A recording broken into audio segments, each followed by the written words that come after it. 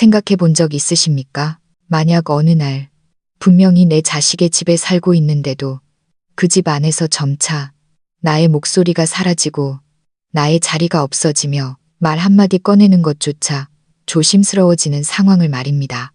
혹여나 말이 끊길까, 귀찮은 존재로 여겨질까 두려워 눈치를 보게 되는 그런 상황 말입니다. 한때는 한 가정의 든든한 기둥이었던 당신이 이제는 시끄럽지 않고 말썽 없는 그저 조용히 입 다물고 있는 것이 최선인 배경 같은 존재가 되어버렸다면 당신은 어떻게 하시겠습니까? 화를 내며 도리를 따지시겠습니까? 아니면 계속 참으시겠습니까? 오늘 우리는 70세 어르신의 이야기를 나누려 합니다. 그는 화를 내지도 며느리나 아들을 탓하지도 않았습니다. 심지어 원망 섞인 말 한마디조차 하지 않았습니다. 하지만 그는 단 3마디의 말로 가족들이 그를 대하는 태도를 완전히 바꾸어 놓았고 자신의 존엄과 주도권을 되찾았습니다. 집에서 점차 투명인간 취급을 받고 심지어 나 자신이 누구인지조차 잊어갈 때 이 3마디가 당신에게 필요한 전환점이 될지도 모릅니다. 건강한 인생길에 오신 것을 환영합니다. 그가 어떻게 했는지 함께 살펴보겠습니다. 제 이름은 김영수, 올해 70입니다. 우체국에서 38년을 근무했습니다.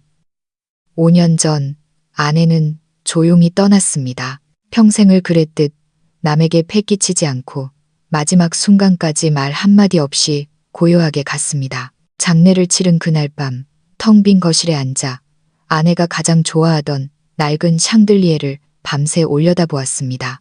날이 밝아서야 등 뒤에 러닝셔츠가 식은땀으로 흠뻑 젖은 것을 알았습니다. 아들 민호와 며느리 지은이가 저에게 합가를 권했습니다. 아버님, 시골 본가에 혼자 계시는 거 저희도 마음이 안 놓여요. 저는 고개를 끄덕이며 알겠다고 했습니다. 사실 아이들이 효심으로 하는 말이라는 걸 알았고 저 역시 매일 낡은 집과 마주하며 고독과 싸우고 싶지 않았습니다. 이사를 하던 날은 토요일이었습니다. 저는 가방 2개만 달랑 챙겼습니다.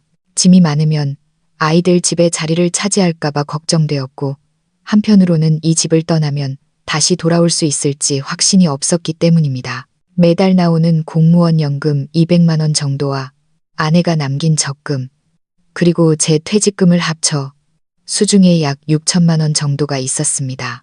저는 5천만 원을 뚝 떼어 아들에게 건넸습니다. 너희 대출금 때문에 빠듯할 텐데 이거 먼저 써서 급한 불 꺼라. 민호는 몇 번 사양하는 척하다가 받았습니다. 솔직히 제 마음 한구석은 기뻤습니다. 가족이 함께 사는데 돈 문제는 하나가 되어야 한다고 생각했으니까요. 저는 수도세나 식비를 분담하겠다는 말은 하지 않았습니다. 돈을 아끼려는 게 아니라 제가 돈을 보태고 집안일을 도우면 군 식구가 아니라 가족의 일원으로 인정받을 수 있을 거라 믿었기 때문입니다. 젊은 시절 수십 명의 직원을 관리했던 저였지만 은퇴한 지금은 누군가의 존경을 바라는 게 아닙니다. 그저 투명 인간이 되고 싶지 않을 뿐이었습니다. 서울 시내에 있는 아들 부부의 새 아파트는 방 3개에 화장실이 2개 딸린 번듯한 집이었습니다. 채광도 좋고 베란다도 넓었으며 최신식 정수기도 있었습니다. 제가 들어온 지 며칠 되지 않아 거실 탁자 위에 가계부 한 권이 놓였습니다. 며느리 지은이가 둔 것이었습니다. 매달 생활비를 기록하겠다고 하더군요. 저는 웃으며 좋다고 했습니다. 우표 한 장을 붙일 때도 자로 간격을 재야 직성이 풀리는 꼼꼼한 성격인 저로서는 찬성할 일이었습니다. 며칠 전 시장에 가서 싱싱한 꽈리고추와 돼지고기를 사와 아이들이 좋아하는 제육볶음을 만들었습니다. 웍질 소리가 잦아들 때쯤 아이들이 퇴근에 들어왔습니다. 밥을 먹자고 불렀는데 며느리 지은이가 식탁을 보자마자 내뱉은 첫마디는 아버님, 이거 너무 기름져요. 민호 씨, 요새 콜레스테롤 수치 높은데 였습니다. 저는 앞으로 기름을 적게 쓰겠다고 했습니다. 며느리는 네 하고 짧게 대답하더니 고개를 숙이고 스마트폰만 들여다보았습니다. 아들 민호는 젓가락을 들어 몇 점 집어 먹더니 맛이 있다, 없다. 말도 없이 다 먹고는 바로 방에 들어가 컴퓨터를 켰습니다.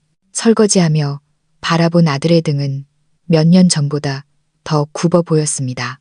식사 도중 제가 우체국 시절 겪었던 재미있는 일화를 꺼냈습니다. 주소를 잘못 쓰고도 끝까지 우기는 할아버지 이야기였는데 아이들이 웃어줄 거라 생각했습니다. 하지만 제 말이 채 두 마디도 끝나기 전에 민호가 말을 잘랐습니다.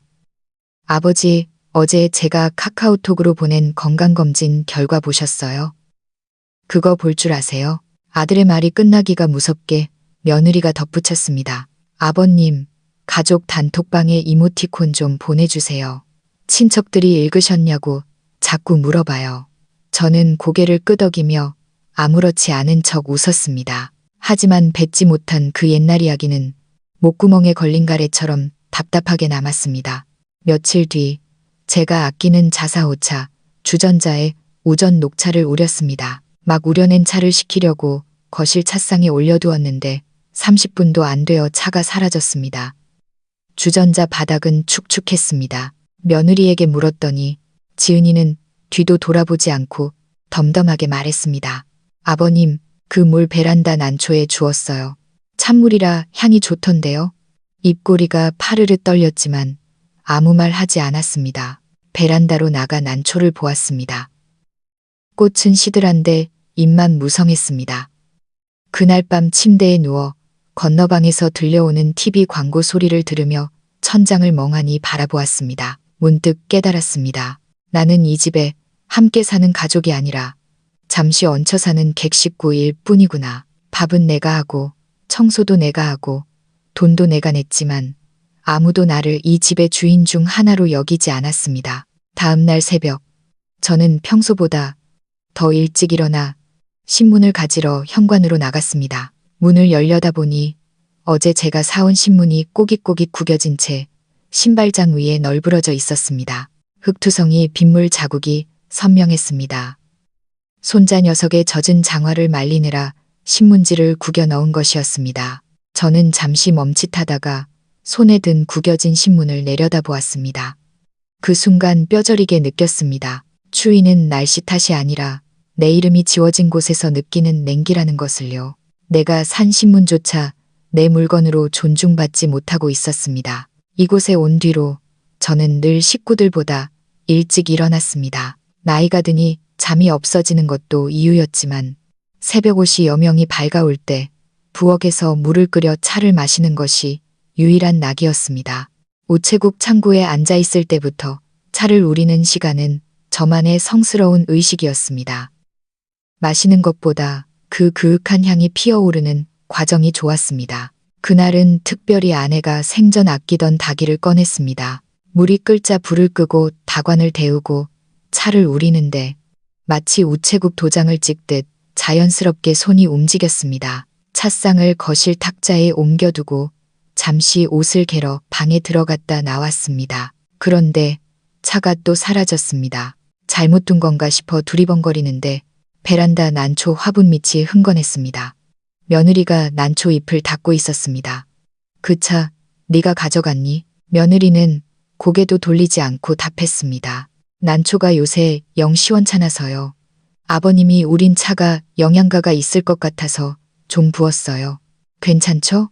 저는 그래 하고 말았습니다. 화가 났다기보다 화분에 버려진 그 차 향기와 함께 아침에 일어나 느꼈던 나도 아직 쓸모있는 사람이라는 기대감마저 흙탕물에 씻겨 내려가는 기분이었습니다. 저녁 식사 시간 다시 한번 대화에 끼어보려 노력했습니다. 민호가 회사 구조조정 이야기를 꺼내기에 예전에 우정사업본부 개편될 때도 그랬지. 다들 밥도 못 먹고 전전긍긍했어. 라고 맞장구를 쳤습니다. 제 말이 끝나기도 전에 며느리가 벌떡 일어나 소리쳤습니다. 아버님, 지훈이한테 고기 그만 좀 집어주세요. 쟤 오늘 벌써 치킨 너겟 2개나 먹었어요. 허공에 멈춘 제 젓가락 끝이 민망했습니다.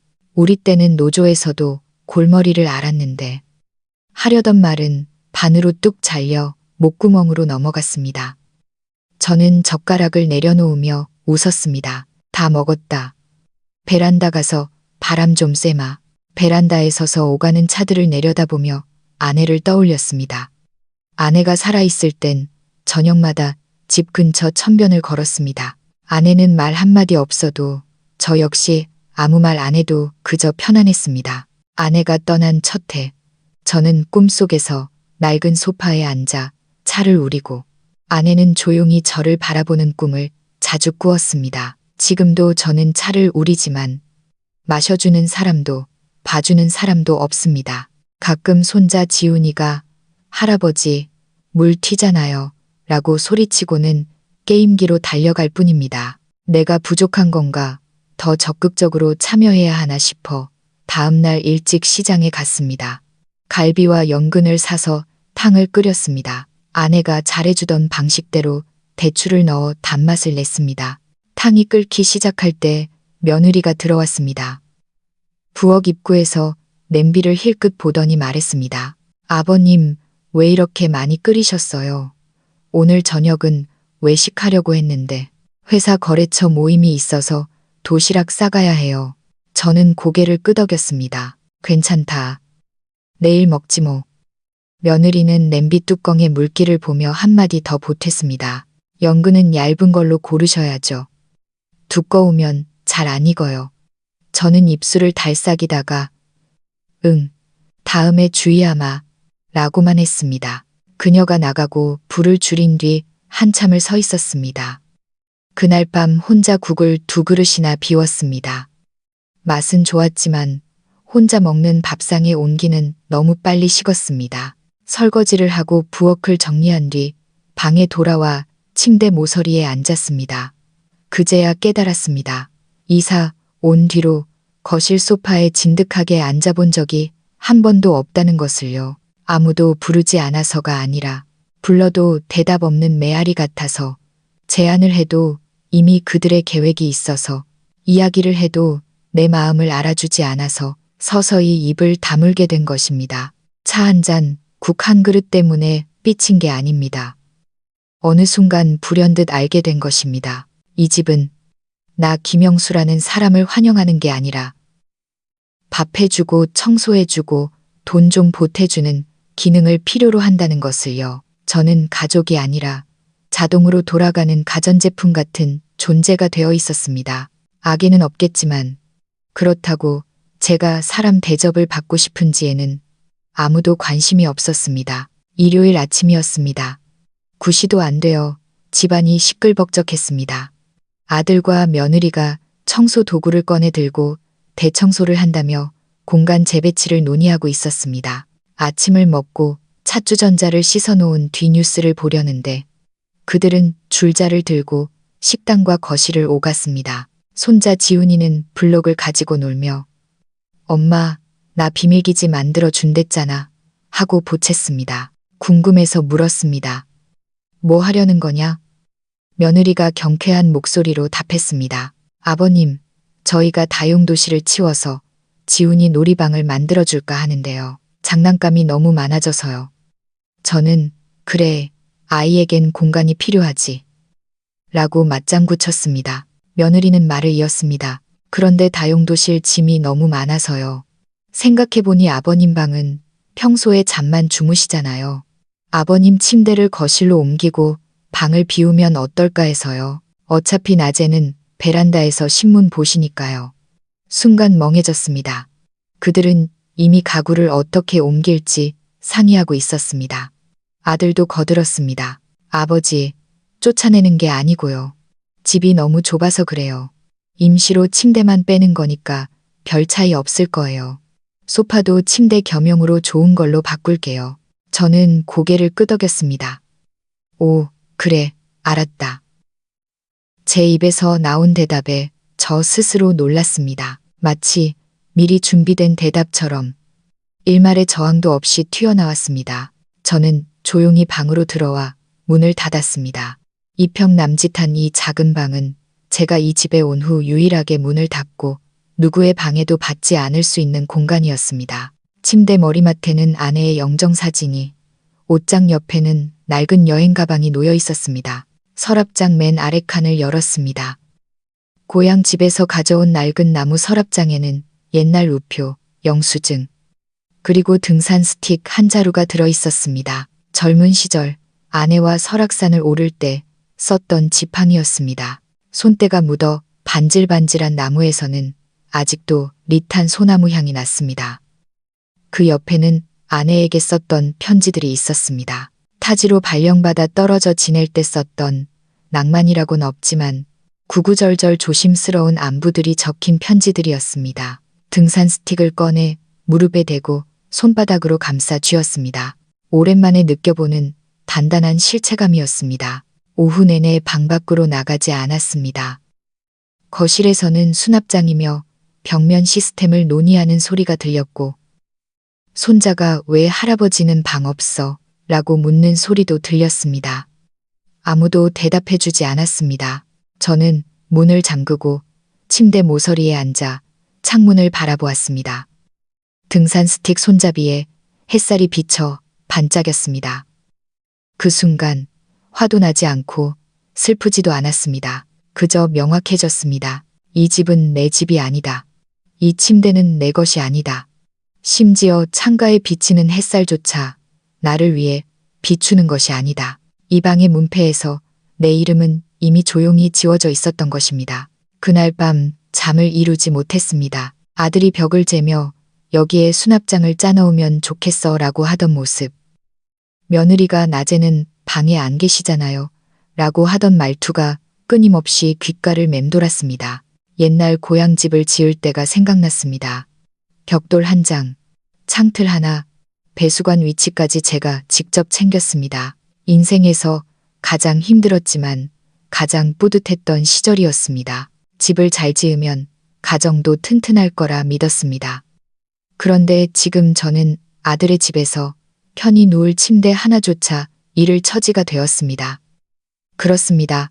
저는 집으로 돌아온 것이 아니라 아들의 집에 잠시 얹혀 사는 것이었습니다. 다음 날 새벽, 평소보다 더 일찍 일어났습니다. 아직 어두컴컴했지만 옷을 챙겨 입었습니다. 침대 맡에 둔 등산 스틱이 마치 너에겐 아직 두 다리가 있어.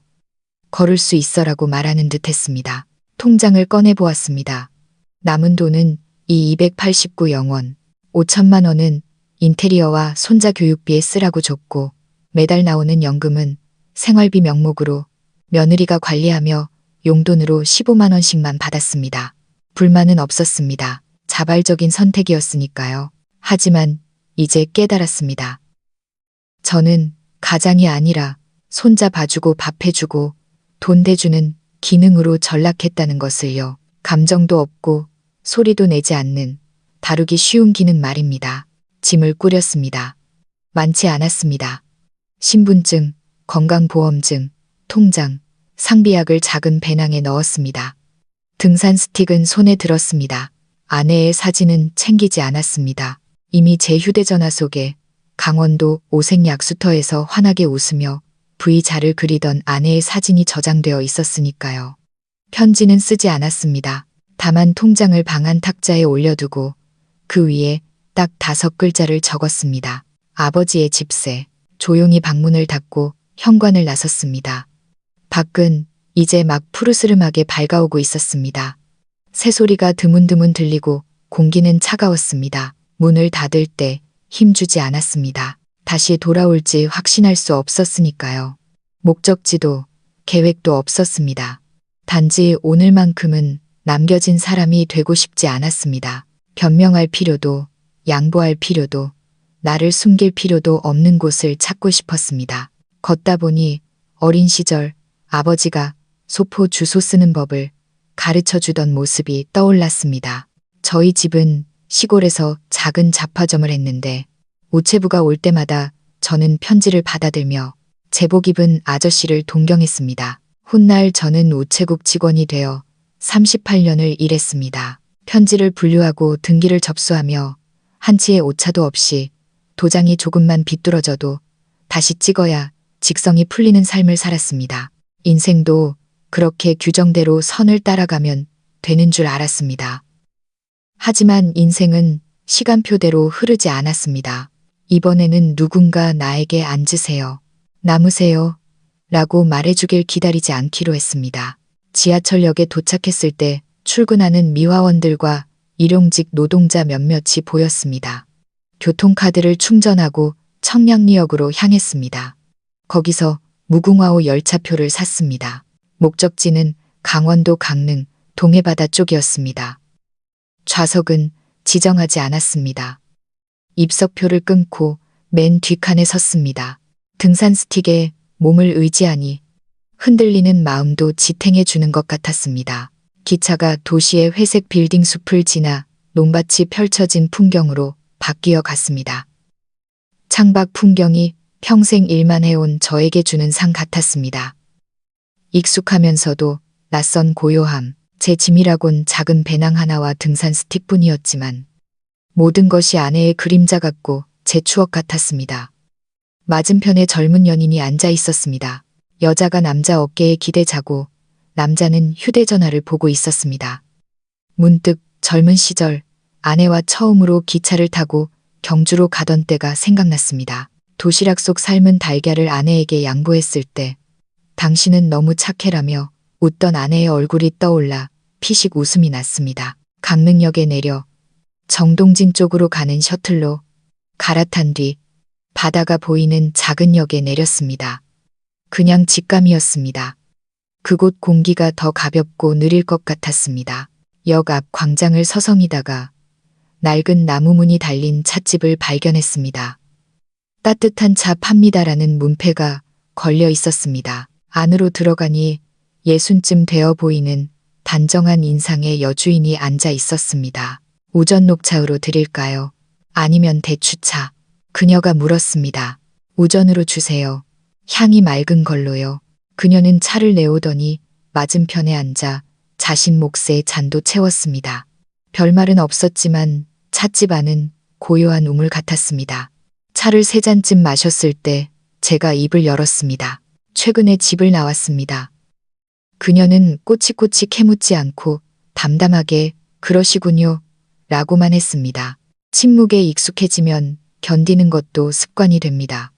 그녀가 말했습니다. 짐을 보니 그냥 여행이 아닌 것 같네요. 무언가를 찾고 계신 것 같아요. 저는 고개를 끄덕였습니다. 뭘 찾아야 할지는 모르겠지만 제자리에 가만히 있어서는 안 된다는 건 알았습니다. 우리는 잠시 이야기를 나누었습니다. 그녀 역시 일찍 남편을 보내고 타지로 시집간 딸 하나를 두고 혼자 찻집을 지키고 있다고 했습니다. 사람이 늙어서 무서운 건 외로움이 아니에요. 나라는 존재가 없는 하루하루를 사는 게 무서운 거지요. 그녀의 말이 가슴에 박혔습니다. 가게를 나설 때 그녀가 찻잎 한 봉지를 쥐어주었습니다. 가시면서 드세요. 사양하지 않고 받았습니다. 주머니 속 찻잎 봉지의 무게가 딱 적당했습니다. 말로 다 할 수 없는 위로의 무게 같았습니다. 강릉을 떠나 동해안 해안선을 따라 남쪽으로 천천히 내려갔습니다. 서두를 것도 정해진 곳도 없었습니다. 기차를 타기도 하고 버스를 타기도 하고 피곤하면 찜질방이나 저렴한 여인숙에서 잤습니다.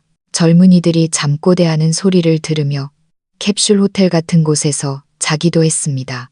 제가 노숙자가 된 것 같지 않았습니다. 오히려 미처 다 살지 못한 지난 날들을 하나씩 꺼내어 정리하는 기분이었습니다. 매일 걷고 차를 마시고 사람을 구경했습니다. 시간은 느리게 흘렀지만 꽉 찬 느낌이었습니다. 어느 날 오후 전라남도 구례의 한 작은 마을에 도착했습니다. 밥이나 먹고 쉬어가려는데 마을 스피커에서 방송이 들려왔습니다. 오늘의 소식입니다. 더듬거리지만 힘 있는 어린아이의 목소리였습니다. 초등학교 저학년쯤 되어 보였습니다. 이어서 중년 여성의 목소리가 들렸습니다. 네, 오늘 1일 아나운서 예진이 수고했어요. 다음 주에도 마을 소식 기대해 주세요. 아이의 목소리에 이끌려 방송이 나오는 곳을 찾아갔습니다. 낡은 한옥을 개조한 마을 회관 겸 작은 도서관이었습니다. 안에는 책과 오디오, 그리고 그림을 그리는 아이들 서너 명이 있었습니다. 입구에서 서성이는 저를 보고 한 아주머니가 손짓했습니다. 선생님, 들어와서 차 한잔 하세요. 그분은 자신을 도서관장이자 마을 아이들의 방과 후 공부방을 돕는 자원봉사자라고 소개했습니다. 저는 우체국에서 일하다 은퇴했다고 말했습니다. 그녀는 눈을 반짝이며 말했습니다.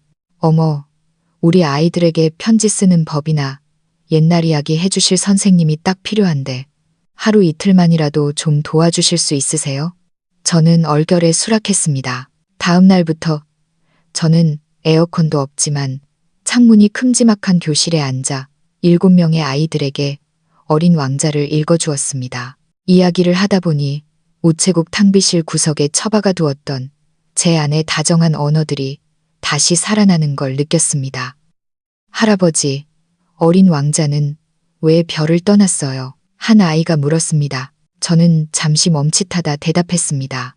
다른 사람들은 어떻게 사는지, 그리고 진짜 자기가 누구인지 알고 싶어서 그랬을 거야. 아이는 고개를 끄덕였습니다. 수업이 끝나고 관장님이 아이들과 저의 사진을 찍어주며 말했습니다. 어르신 목소리가 참 좋으세요. 꼭 라디오에서 나오는 것처럼 마음을 편안하게 해줘요. 가슴이 뜨거워졌지만 저는 그저 옅은 미소만 지었습니다. 그날 밤 여관에서 예전 직장 동료들이 있는 단체 채팅방에 사진을 한 장 올렸습니다. 별다른 설명 없이 오늘 처음으로 다시 강단에 섰네. 우편 법규가 아니라 어린 왕자를 가르쳤지만 이라고 썼습니다. 10분도 안 되어 후배가 답장을 보냈습니다. 선배님, 딱 제자리를 찾으셨네요. 30년 전 모습 같아요. 그 뒤로 저는 카카오 스토리에 영수의 방랑일기라는 이름으로 글을 올리기 시작했습니다. 자랑하려는 게 아니라 하루하루나 자신으로 살아있음을 기록하고 싶어서였습니다. 아이들을 가르친 이야기, 저녁에 끓여 먹은 된장국 사진, 창가에 비친 햇살, 이 소소한 기록들이 아름아름 퍼져나가 모르는 사람들도 댓글을 달기 시작했습니다.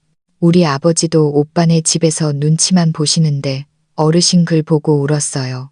라는 댓글을 보며 떠나온 선택이 누군가와 연결될 수 있다는 걸 깨달았습니다. 구례에서 일주일 넘게 머문 뒤 저는 남해의 작은 바닷가 마을로 내려갔습니다. 산과 바다가 가깝고 공기가 적당히 습한 곳이었습니다. 보증금 없는 월세방을 구했습니다. 부엌이 베란다에 딸린 낡은 2층 옥탑방이었지만 깨끗했습니다. 집주인 할머니는 혼자 사는 노인네라며 김치와 수건을 챙겨주셨습니다. 첫날 저녁 시장에서 고등어 한 손과 쑥갓, 두부를 사와 찌개를 끓였습니다. 반찬은 단출했지만 밥맛은 꿀맛이었습니다. 집에서는 밥상이 늘 전쟁터 같았습니다. TV 소리, 손자 떼 쓰는 소리, 아들 부부의 대출금 상환 이야기. 제가 입을 열면 아버지 많이 드세요. 라는 말로 대화가 차단되곤 했죠. 하지만 지금은 제가 씹는 소리, 국물 넘기는 소리가 온전히 들렸습니다. 혼자 먹는 밥도 의식이 될 수 있었습니다. 저는 매일 아침 도서관에서 책 정리를 돕고 오후엔 아이들에게 편지 봉투 쓰는 법을 가르쳤습니다. 할아버지, 우표는 꼭 오른쪽에 붙여야 해요? 라고 묻는 아이에게 그건 마음의 태도란다. 사람에게 말을 걸 때 예의를 갖추는 것처럼 말이야. 라고 알려주었습니다. 밤에는 차를 우리고 일기를 썼습니다. 때로는 편의점 앞에서 컵라면에 녹차를 마시며 밤하늘을 보기도 했습니다. 혼자가 되어보니 알겠습니다. 고독은 무서운 게 아닙니다. 진짜 무서운 건 사람들 틈에 있으면서도 투명 인간 취급을 받는 것, 기능으로만 존재하는 것, 그게 진짜 외로움이었습니다. 그러던 어느 날 오후, 모르는 번호로 전화가 왔습니다. 받을까 말까 하다 받았습니다. 여보세요. 아버지, 아들 민호였습니다. 심장이 쿵 내려앉았습니다. 그리움 때문이 아니라 다시 과거의 그 답답한 공기로 끌려들어 갈 것 같은 긴장감 때문이었습니다. 너 어디냐? 아들의 목소리가 떨렸습니다. 나 남쪽 바닷가에 있다. 잘 지낸다. 저는 담담하게 말했습니다. 왜? 왜 말도 없이 가셨어요? 저희가 얼마나 찾았는데요. 어머니 영정사진도 그대로 두고. 사진은 내 휴대전화에 있다. 항상 같이 있어. 잠시 침묵이 흘렀습니다. 아버지 글 봤어요. 친구가 카카오 스토리에 올라온 글을 보여줬는데 사진이 아버지 같아서 저는 먼 바다를 바라보며 말했습니다. 민호야, 나는 널 원망하지 않는다. 너희가 잘못해서 나온 게 아니야. 아버지, 데리러 갈게요. 가도 되죠? 아들의 목소리에 물기가 어려 있었습니다. 그래. 오려무나 KTX 타고 천천히 와라. 민호는 다음 날 오후에 도착했습니다. 정장 바지에 헐렁한 점퍼 차림, 면도도 못한 까칠한 얼굴이었습니다. 역 앞에서 마주친 우리는 잠시 서로를 바라보았습니다. 여행이라도 좀 다니지. 바닷가 오면서 복장이 그게 뭐냐. 제가 먼저 농담을 건넸습니다. 우리는 근처 식당에서 갈치조림을 먹었습니다. 아들은 저를 힐끔거리며 눈치를 살폈습니다. 숟가락을 내려놓자마자 아들이 입을 열었습니다. 아버지, 저랑 지은이랑 많이 싸웠어요. 아버지가 가시고 나서 지훈이도 할아버지 어디 갔냐고 매일 찾고요. 제가 면목이 없습니다. 저는 아들의 눈을 똑바로 보며 준비했던 말을 꺼냈습니다. 민호야, 잘 들어라. 첫째, 그 집은 너희 집이다. 너희가 나보다 그 공간이 더 필요해. 그 방, 그 침대, 내 것이 아니라는 걸 알았다. 괜찮다. 나는 내 자리를 비워주마. 아들은 아무 말도 못했습니다. 둘째, 내 생활비는 내가 알아서 한다. 너희에게 손 벌리지 않을 거고 짐도 되지 않을 거다. 나는 너희 삶의 배경이 아니다. 저는 배낭에서 사진 한 장을 꺼내 보여주었습니다. 아이들에게 둘러싸여 웃고 있는 제 모습이 담긴 사진이었습니다. 이것 봐라, 내가 이렇게 웃는 거 오랜만이지. 아들은 사진을 한참 들여다보더니 물었습니다. 아버지, 지금이 예전보다 행복하세요? 저는 고개를 끄덕였습니다. 아주 많이. 마지막 세 번째, 이게 제일 중요하다. 저는 아들의 어깨를 잡았습니다. 존중은 구걸에서 얻는 게 아니다. 내가 먼저 존중받을 만한 사람으로 살아야 남들도 내 말을 들어준다.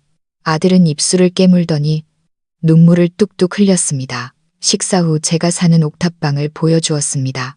아들은 좁은 방을 보며 인상을 찌푸렸지만 저는 웃으며 말했습니다. 거실 소파보다 훨씬 편하고 잠도 잘 온다. 아들이 물었습니다. 집으로 다시 오실 거죠? 저는 고개를 저었습니다. 안 간다. 놀러는 가마. 하지만 다시 살러 가는 건 아니다. 돌아가는 건 만남을 위해서지.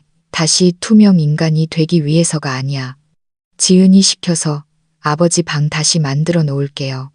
방이 있고 없고의 문제가 아니다. 저는 등산 스틱을 벽에 기대며 말했습니다. 내가 그 방에 들어갔을 때 너희 마음속에 나를 위한 여백이 있느냐의 문제다. 아들은 그제야 저를 진짜 아버지이자 한 명의 남자로 대하는 눈빛이었습니다. 저는 아들을 안아주며 등을 토닥였습니다. 이제 올라가라. 걱정 마라. 아들은 몇 번이나 뒤를 돌아보며 떠났습니다. 그날 밤 별이 유난히 밝았습니다. 저는 비로소 깨달았습니다. 나는 버려진 게 아니라 내 발로 걸어 나온 것이다. 이것은 나의 걸음이고 나의 인생이다. 추석 때 저는 미리 전화를 걸고 서울 아들 집을 찾았습니다. 현관문을 열자 며느리가 앞치마를 두르고 달려나왔습니다. 아버님, 오셨어요? 방 다시 싹 치워놨어요. 창고 아니에요. 저는 웃으며 고개를 끄덕였습니다. 방 때문에 온 거 아니다. 손자 보러 왔지. 손자 지훈이가 달려와 품에 안겼습니다. 할아버지, 왜 이제 왔어? 저녁 식탁은 예전과 달랐습니다. 반찬은 비슷했지만 대화가 오갔고 눈을 마주쳤습니다. 며느리도 아들도 제 눈치를 보는 게 아니라 제 이야기를 듣고 싶어 했습니다. 식사 후 아들이 저를 예전 제 방으로 이끌었습니다. 책상 위에 낡은 만년필과 도장이 그대로 있었습니다. 아버지 물건 하나도 안 버렸어요. 저는 낡은 만년필을 만지작거리며 말했습니다. 고맙다. 하지만 난 다시 내려갈 거다. 거기서 아이들 가르치는 일이 아직 남았어. 아들은 아쉬워했지만 붙잡지 않았습니다. 아버지가 그렇게 말씀하실 줄 알았어요. 하지만 언제든 오세요. 여기도 아버지 집이니까요. 그래, 알았다. 저는 그날 밤 서울집에서 자지 않고 다시 내려왔습니다. 배웅 나온 아들에게 말했습니다. 너희가 나를 챙길 필요는 없다. 다만 나를 안 보이는 사람 취급하지만 않으면 된다. 돌아오는 기차 안에서 일기를 썼습니다. 나는 더 이상 누군가의 집에서 내 위치를 확인받을 필요가 없다. 나는 스스로 빛나는 법을 배웠으니까. 다시 남의 마을로 돌아온 날 도서관장님이 반갑게 맞이해 주었습니다. 방랑 시인님 오셨네요. 아이들이 얼마나 기다렸는지 몰라요. 저는 웃었습니다. 시인은 무슨. 전 그냥 은퇴한 우체부입니다. 사연을 배달하는 우체부요. 그날 아이들에게 미래의 나에게 보내는 편지를 쓰게 했습니다. 한 아이가 쓴 편지 끝머리에 이런 말이 있었습니다. 미래의 나는 이야기를 들어주는 어른이 되었으면 좋겠다. 가슴이 뭉클했습니다. 나중에 출판사에서 제 글을 책으로 내자고 연락이 왔습니다. 저는 거절하지 않았습니다. 유명해지고 싶어서가 아니라 저처럼 구석으로 몰린 노인들에게 당신도 걸어 나올 수 있다는 걸 보여주고 싶었기 때문입니다. 어느 날 아들이 사진을 한 장 보내왔습니다. 손자 지훈이가 카메라를 들고 베란다에서 노을을 찍는 사진이었습니다. 아빠, 지훈이가 할아버지처럼 자기가 좋아하는 걸 찍겠대요. 저는 답장을 보냈습니다. 좋아하는 게 있으면 망설이지 말고 다가가라고 전해라. 창문으로 바닷바람이 들어옵니다. 어둡지만 무섭지 않습니다. 저는 이제 남의 불빛에 의지해야 길을 찾는 사람이 아닙니다. 제 스스로가 빛이 되어 길을 비추고 있으니까요. 그리고 그 빛을 이제야 가족들도 세상도 바라봐 주기 시작했습니다. 여러분은 김영수 씨의 선택을 어떻게 생각하십니까? 만약 당신이 집안에서 점차 설 자리를 잃고 투명 인간이 되어 간다면 묵묵히 참으시겠습니까? 아니면 그처럼 용기 있게 자신의 길을 찾아 떠나시겠습니까? 여러분의 생각과 경험을 댓글로 남겨주세요. 이 영상이 마음에 드셨다면 구독과 좋아요, 알림 설정 부탁드립니다. 감사합니다.